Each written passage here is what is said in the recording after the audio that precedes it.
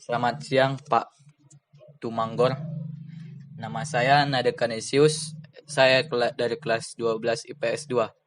Di sini saya akan membahas tentang neraca saldo. Neraca saldo adalah salah satu tahapan dalam akuntansi yang semestinya disusun setelah pemostingan jurnal umum buku besar. Neraca saldo ini berisi daftar dari seluruh jenis nama sesuai dengan kode akun serta saldo total dan dibuat secara sistematis.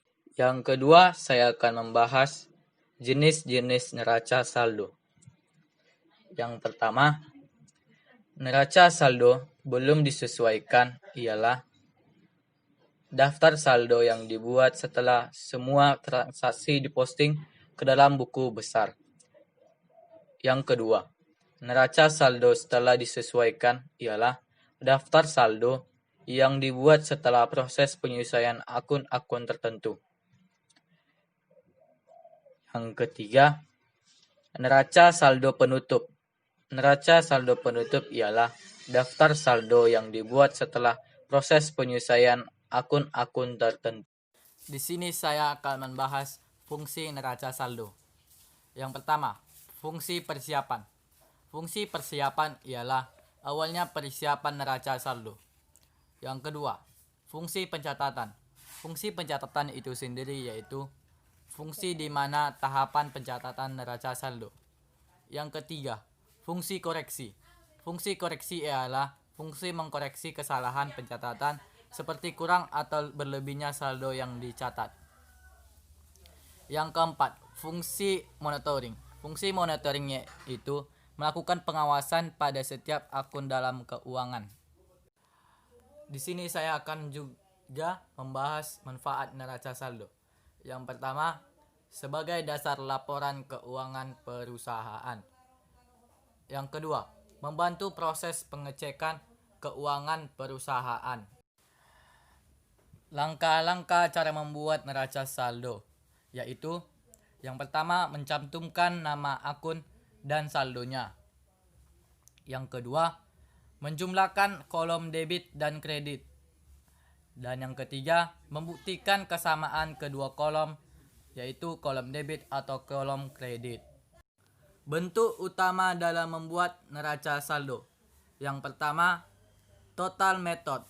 Total method ialah sisi debit dan sisi kredit dari akun buku besar yang dipindahkan.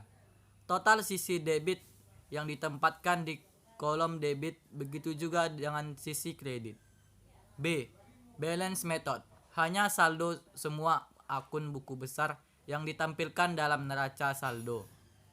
Di sini juga saya akan membahas aturan dalam menyusun neraca saldo. Yang pertama, saldo akun berikut yang dicatat ke kolom debit neraca saldo. Yang A, aktiva. Yang B, saldo tunai. Yang C, akun biaya. Yang D, saldo bank. Dan yang E, kerugian. Yang kedua, dan saldo berikut ditempatkan pada yang A, kolom kredit neraca saldo. Yang B, kewajiban atau liabilitas. Yang C, akun pendapatan. Dan yang D, akun modal. Di sini saya akan memberikan atau memaparkan contoh dari neraca saldo, yaitu toko cemerlang pada tanggal 31 Mei 2020 dalam rupiah. Nomor kode, nama akun, debit serta kredit sebagian dari neraca saldo. 111 kas berupa debit 28.200.000. 112 piutang usaha berupa debit 4.100.000. 113 perlengkapan berupa debit 6.750.000. 114 sewa dibayar di muka berupa debit 12 juta. 121 peralatan berupa debit 18.650. 122 kendaraan berupa debit 22.400. 211 utang usaha berupa kredit 1.500.000. 212 utang bank berupa kredit 10 juta. 311 modal berupa kredit 55.300.000. 312 brief pendapatan berupa debit 1 juta.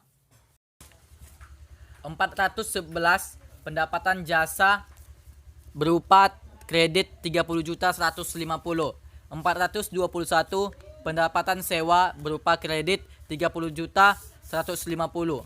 511 beban gaji karyawan berupa debit 8.850.000. 512 beban listrik dan telepon berupa debit 850. 513 beban administrasi dan umum berupa debit 750. 514 beban lain-lain berupa debit 1.050. 515 beban iklan berupa debit 850. Jika dijumlahkan totalnya sekitar 105.450.000.